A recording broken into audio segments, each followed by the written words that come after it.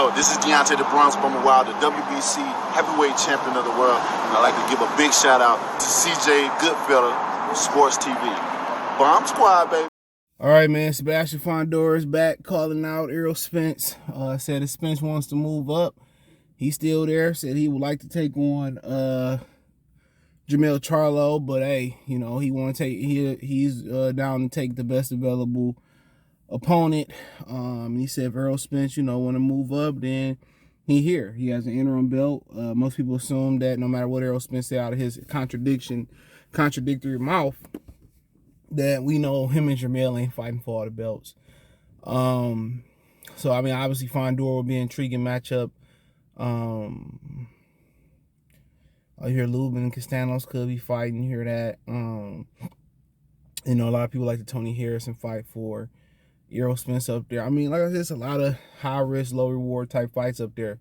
It's not them. It's not a Canelo Alvarez there. It's not a Floyd Mayweather there. It's not a big superstar name there. It's not a De La Hoya there. Not, you know, nobody like that there.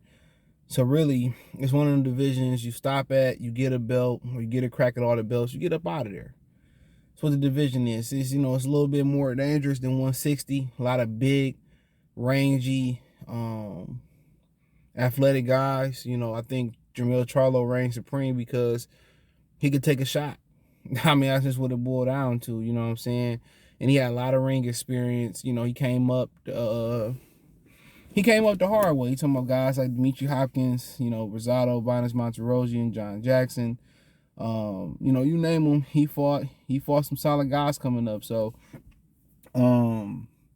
but it's one of them rugged divisions where, you know, you see a guy you want, you get a belt, get the hell up out of there, get the 160. It's a lot less dangerous, but you know, like I said before, Errol and Fundora would be an interesting fight.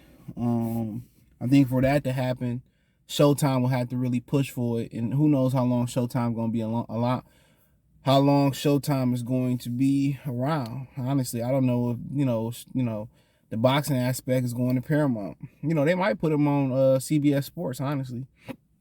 But they budget ain't that big over there neither. So I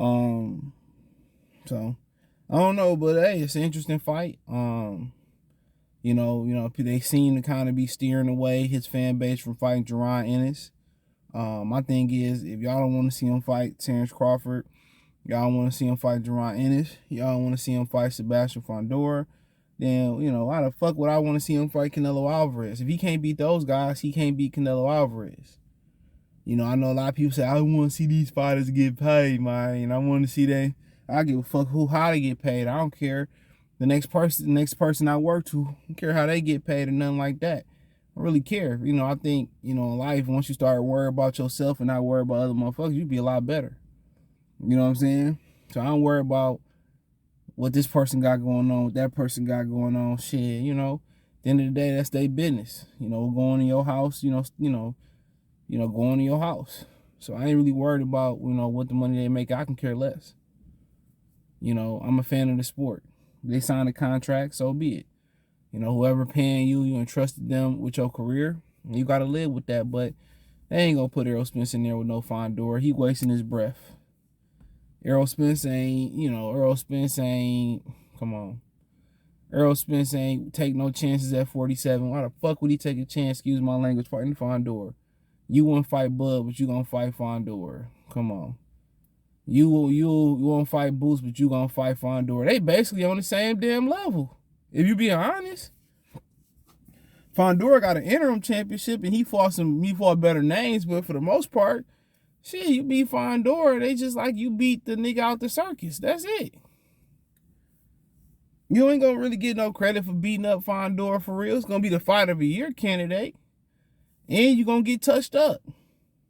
And Errol Spence gonna be out of 154 in no time because he sat there and, you know, he deprived his body of a lot of nutrients and fluids at 47. Him struggling to make 47, 54 gonna be a pit stop, just like 160 was for Canelo. You know, you think about it, Canelo fought technically technically at 60, he fought anything above 54C, but actually at the 60 pounder, he fought a couple times at 60. Danny Jacobs and Triple G, I think it was. It might be another fight in there. But Chavez was at 64.5 or something like that. You know what I'm saying? The John Wright or the Rocky Fielding fight was at 68. So, you know, it's going 54 gonna be a pissed off, and as it should be. Fuck you down there tussling with the Lubins and the Castanoses and the, you know what I'm saying, the Teixeiras and the Tony Harrisons and the Fondoras and, you know, the Charles, what's my man, Charles Conwells of the world for. Fuck you down there tussling with them for. They don't really bring no spotlight on you. They just tough ass fights. You know, you can't put them niggas on pay-per-view no matter how much they want, but they throw anything on pay-per-view. They'll throw anything on pay-per-view at PBC, so I don't know. Honestly, I don't know, but they'll throw anything over at pay-per-view. Shit, they'll throw the Chitlins versus Hogmaw versus on pay-per-view. You know what I mean? So, of course he ain't gonna respond to Fundora. That nigga don't even let his nuts hang when it's time to fight Terrence Crawford. What are you gonna go up there and fight a 6'7" nigga for? Come on, what are you gonna go over there and fight a 6'7" nigga for? Ask yourself that. What are you gonna fight a 6'7" nigga for? Come on. That nigga won't even let his nuts hang and fight he won't even let his nuts hang and go fight Terrence Crawford, dude. You know, why would he fight Boots? Why would he fight Fundora? Come on. Come on. That just don't make no sense. But Fundora just let him know here, Fundora, I don't know if he can beat Spence. No, he seen the rise and fall to the level of competition is his problem. You know, here that he's talking about he can be back in April or maybe earlier. I think the rumor was they ordered him and Tony Harrison to fight. I think he'll win that fight. I love Tony Harrison, but I'm just being honest. I hope I'm pulling for Tony. But he tend to rise and fall to his opponent's level. So his team need to figure out how to keep him, you know, at that level of fighting at a high level. But that's a lot of dude to be dealing with. You know, for anybody.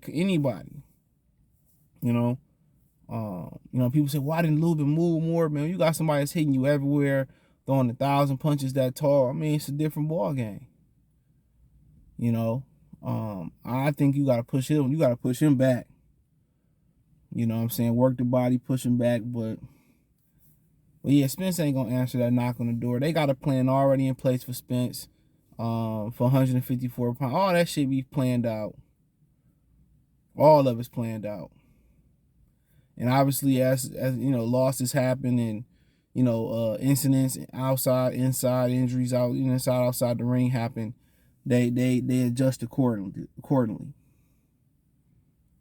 But, you know, they going down regardless. It don't even matter. They going down. And even when, you know, what did Dr. Dre say? When I was close to the feet, I rose to my feet.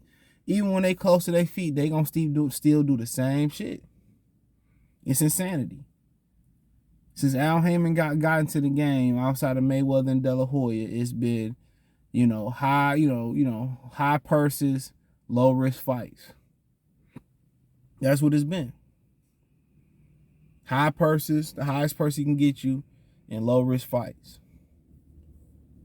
You know, and that's kind of what it's built on. So, and it don't like he changing no time soon. So I don't know what network gonna fuck with him. You done messed over Fox, you done messed over Disney, ESPN, ABC, that's all Disney. I mean, Paramount's still kind of working with you right now. I don't know if they're gonna bring you over to the app. I don't know. I guess you would bring it over to the app to make it the ultimate experience, but come on. Nobody coming to the app. I mean, they said Frank Martin and Michelle Rivera was the 78th most watched event on Saturday night. There were 77 more events that were being watched off of that. Come on. Why would you bring that shit over to Paramount? Come on. You ain't even flexing. Hey, come on. They ain't even flexing. So, you know, at the end of the day, he ain't gonna want to make no fights. You know, at the end of the day, do it on his own dime. They said the money coming out of his own pocket at this point. But then again, that's the money that was meant for the fighters anyway. So when you start burning personal money, which really was the fighters' money in my opinion, it's only a matter of time. And when he disappear or fake his own death, Al Haymon, whatever you do, I'ma laugh. I'ma laugh my ass off. because he gonna disappear, hit a remote island or country, and go live the rest of his life with his money. He ain't nothing but another crook in boxing. The reason he don't get the flack that Don King got was he was smart enough to put a non-disclosure, whatever disparagement agreement in the contract, where you can't speak bad or talk about their business. Terrence Crawford didn't sign that contract, so he can say what he want to say. He got mad because Terrence Crawford outed him. At the end of the day, you drug the nigga name through the mud for a whole year. You tried to hurt his brand and be able to go get money elsewhere. Y'all kept going out there saying he don't sell, he ain't got no money, he ain't got no pay-per-view, this, that, and the third. And, if I was him, I'd be suing for defamation. Real talk, I sued him for defamation. I dragged him through I dragged his ass through the mud. I dog walk Al Haymon in court. And they drug him through the mud and then tried to hurt his, his options at doing stuff and didn't think he can make a way. He made a way. Shit. Got $10 million, tried to lie and say the fighters ain't get paid. Niggas that invest in the PBC over credentials, because the nigga gave you credentials. Like, come on. Because you get to go sit there and cover a fight where you can get all the same fucking interviews, better interviews, by just paying for a $20, $30, $50 ticket, whatever you want to pay for. You know where they go to the hotel at, getting the interview at the hotel, getting the interviews at the casino resorts, and being done with it. That's crazy to me. That's super crazy to me. These niggas showing loyalty to Al Haymon over getting credentials.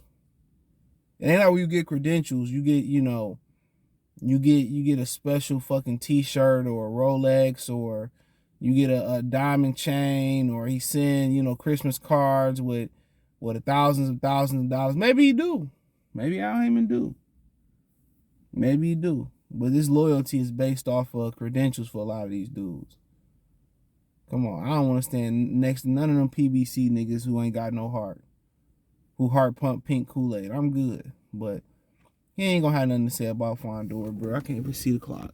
There we go. But hey, that's all I gotta say. Check out the Box News playlist. Thumbs up the video. Share the video. Subscribe to the channel. The subscribe button is the bell icon button. Hit all notifications. Increase your chance. Get notifications. We go live or drop video. Financially want to support the channel. Cash App, $ CJ Good 313. Venmo CJ Good 313. PayPal link in the description. Hit the link tree. Find me on Twitch, Twitter, Instagram, Spotify, Anchor, Cash App, Venmo, PayPal, and many more. Link to the first link in the description. Peace.